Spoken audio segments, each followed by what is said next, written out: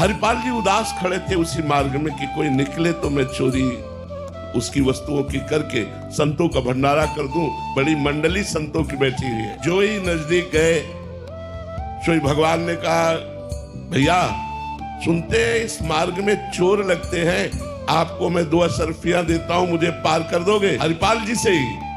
तो हरिपाल जी ने कहा, ये तो बहुत बड़ा धनी आदमी। बोले, हम बिल्कुल पार कर देंगे, अशर्फियां अपने पास रखो। उन्होंने सोचा 2 अशर्फी से क्या होगा, पूरा लूटेंगे इसे। तो द्वारिकाधीश और रुक्मिणी जी स्वयं लूटने के लिए लिखित है श्री मद्भक्तमाल जी में। श्री रुक्मिणी जी और द्वारिकाधीश जब बीच जंगल में पहुंचे तो भाला निकाला और भगवान की तरफ भाला किया, का सब मुकुट आभूषण करधनी बाजूबंद सब उतार के रख दो।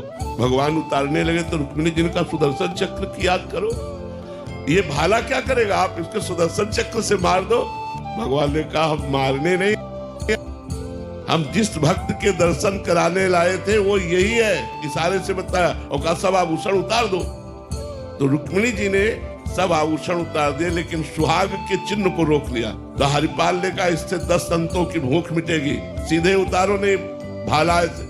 रुक्मिणी जी और भगवान उनकी इस भक्ति को देखकर अपनी गुरु आज्ञा के पालन के लिए वो निम्न कार्य में भी, चोरी में भी उतर गए।